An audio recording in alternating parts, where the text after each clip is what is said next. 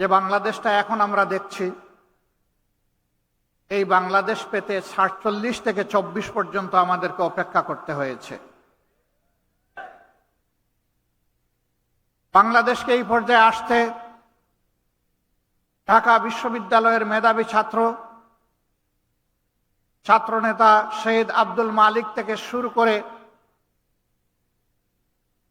সর্বশেষ বিপ্লবী শরীফ উসমান হাদি পর্যন্ত অনেককে জীবন দিতে হয়েছে। যুগে যুগে দেশের জন্য, দিনের জন্য লড়াই করে যারা জীবন দিয়েছেন, দেশে কিংবা প্রবাসে যেখানেই হোক, মহান রবের দরবারে দোয়া করি আল্লাহ তাদেরকে মর্যাদাবান শহীদ হিসাবে কবুল করুন। আমরা তাদের জীবন এবং রক্তের কাছে ঋণী। তাদের সাথে আরো যারা লড়াই করে আহত এবং পঙ্গুত্ব বরণ করেছেন, আমরা তাদের প্রতি গভীর শ্রদ্ধা নিবেদন করছি। সুপ্রিয় ছাত্র সমাজ, বাংলাদেশ ইসলামী ছাত্র শিবির আজ শুধু একটি সাধারণ ছাত্র সংগঠন নয়, কার্যত ২৪-এর বিপ্লব পরবর্তী এই সময়ে বাংলাদেশের আপামর ছাত্র সমাজ তাদের অন্তরের ভালোবাসা দিয়ে এই সংগঠনকে গ্রহণ করার মধ্য দিয়ে এই ম্যান্ডেট দিয়েছে আজ ছাত্র শিবিরকে ছাত্র সমাজের অভিভাবকের দায়িত্ব পালন করতে হবে।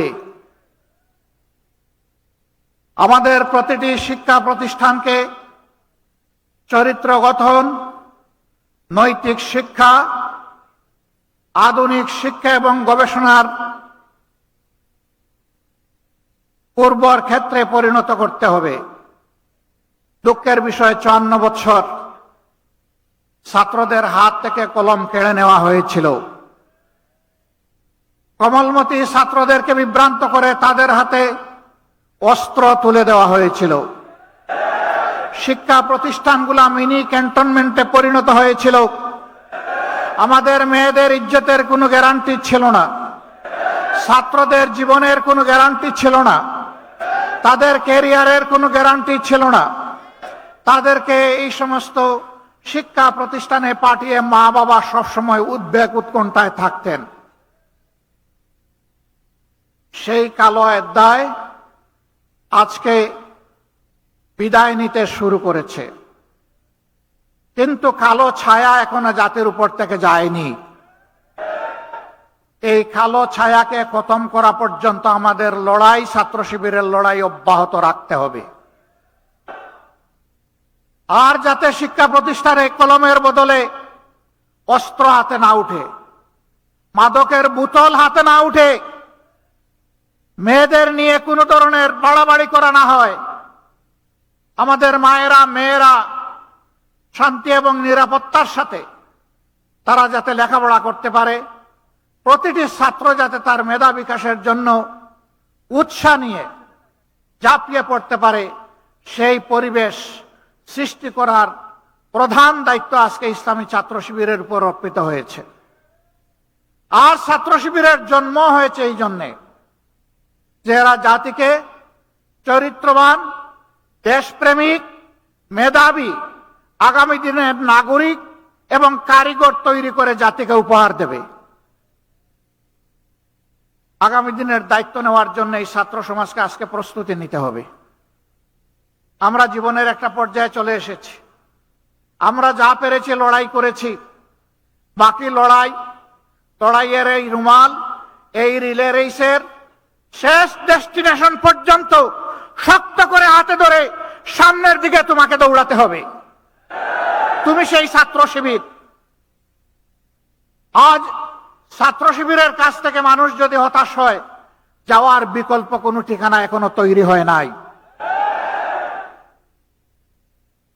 এটি ছাত্রীদের আস্থার ঠিকানায় পরিণত হয়েছে আল্লাহর অশেষ মেহেরবানিতে।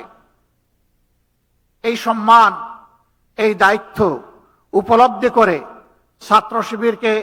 ছাত্র শিবিরের প্রতিটি কর্মী সমর্থককে নিজেদেরকে গড়তে হবে এবং তার সহপাঠীদেরকে গড়ার জন্য দায়িত্ব নিতে হবে। আমরা দেখতে চাই আর কোন শিক্ষা প্রতিষ্ঠানকে, কোন শিক্ষককে অপদস্থ করা হবে না, বরঞ্চ ছাত্র এবং শিক্ষকের সম্পর্ক হবে পিতা পুত্রের সম্পর্কের মতো। আমরা সেই পরিবেশটাই দেখতে চাই। অতীত দিনগুলোতে অনেক বেদনাদায়ক দৃশ্য আমরা দেখেছি। এই কাজ যারা করেছেন তারা নিন্দিত হয়েছেন।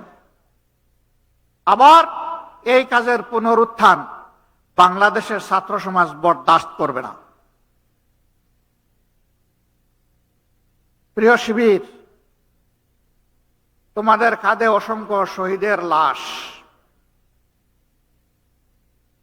আর তোমাদের কাঁধে 18 কোটি মানুষের প্রত্যাশার বোঝা। আল্লাহ তাআলা এই বোঝা তোমাদের জন্য হালকা করে দিন। এই বোঝা বহন করার শক্তি তোমাদেরকে দান করুন। তোমাদের এই বিজয় শিক্ষা প্রতিষ্ঠানগুলোতে ইঙ্গিত দিচ্ছে আগামী দিনে ইনসাফের বিজয় হবে বাংলাদেশে ইনশাআল্লাহ। ছাত্র সমাজ তোমাদেরকে ভোট দিয়েছে, তোমাদেরকে ইনসাফের প্রতীক হিসাবে তারা দেখতে চায়। অন্য কোনো কারণ নেই। আজ বাংলাদেশে ইনসাফের বড় অভাব, আর সেই ইনসাফের ভিত্তি হচ্ছে আল্লাহর কোরআন। নবী মুহাম্মদুর রাসূলুল্লাহ সাল্লাল্লাহু আলাইহি সাল্লামের সুন্নাহ। কোরআন সুন্নাহকে বাদ দিয়ে দুনিয়ায় কোথাও ইনসাফ কোনো কালে কায়েম হয়নি, হওয়ার কোনো সম্ভাবনা নেই। এই ব্যাপারে আমরা খুবই ডেসপারেট। আল্লাহ তাআলার দেওয়া বিধান অনুযায়ী মানুষের জীবনে শৃঙ্খলা সমৃদ্ধি আমরা ফিরিয়ে আনতে প্রতিশ্রুতিবদ্ধ। আমরা একটি দুর্নীতিমুক্ত, বৈষম্য মুক্ত, ইনসাফ ভিত্তিক মানবিক বাংলাদেশ গড়তে চাই। এমন একটি শিক্ষা ব্যবস্থা তোমাদের জন্য আয়োজন করতে চাই, যেই শিক্ষা ব্যবস্থা তোমাদেরকে মানুষের মতো মানুষ হতে সাহায্য করবে, যেই শিক্ষা ব্যবস্থা তোমাদেরকে শিক্ষার চরম উৎকর্ষে পৌঁছে দেবে, এবং এই শিক্ষা নিয়ে, উন্নত চরিত্র নিয়ে, দক্ষ কারিগর হয়ে তোমরা সমাজ গঠনে আত্মনিয়োগ করবে। আর একজন যুবক যুবতীও বেকার থাকবে না। অনেকে সংখ্যা গণে বলছেন আমরা এত কোটি এত লক্ষ যুবককে কর্মসংস্থান দিব, বাকিদের কি হবে? বলছেন বাকিদেরকে ভাতা দেবেন। আমরা আমাদের যুবকরা কারো কাছ থেকে বেকার ভাতা গ্রহণ করুক তা দেখতেও চাই না, শুনতেও চাই না। প্রতিটি যুবকের হাতকে দেশ গড়ার কারিগরের হাতে পরিণত করতে চাই। প্রত্যেকটি হাতে কাজ তুলে দিতে চাই, বেকার ভাতা নয়। বেকার ভাতার পরিবর্তে এরাই দেশে সকল ক্ষেত্রে বিপ্লব সাধন করবে, সেই বিপ্লবের বাণী তাদের মুখে পৌঁছে দিতে চাই, শক্তি তাদের বুকে তুলে দিতে চাই, আর তাদের হাতে কাজ তুলে দিতে চাই। সম্মানিত বন্ধুগণ, তোমরা তৈরি হও, ইনশাআল্লাহ তোমরা পারবা। আমরা তোমাদের সাথে আছি। আমি বরাবর বলি, চুল দাড়ি সাদা দেখে ভুল বুঝবা না। তোমাদের চাইতে আমরা কম যুবক না। আমার সাথে তোমাদের অনেক সহকর্মী কাজ করতে গিয়ে মাঝে মাঝে তাদের বিশ্রাম নেওয়া লাগে। আমি বলি, ছোট্ট এই জীবনে বিশ্রাম নেওয়ার অবকাশ কোথায়? বিশ্রাম আল্লাহ তাআলা আমাদের কিসমতে কপালে রাখলে ইনশাআল্লাহ পরম প্রশান্তিতে নেব।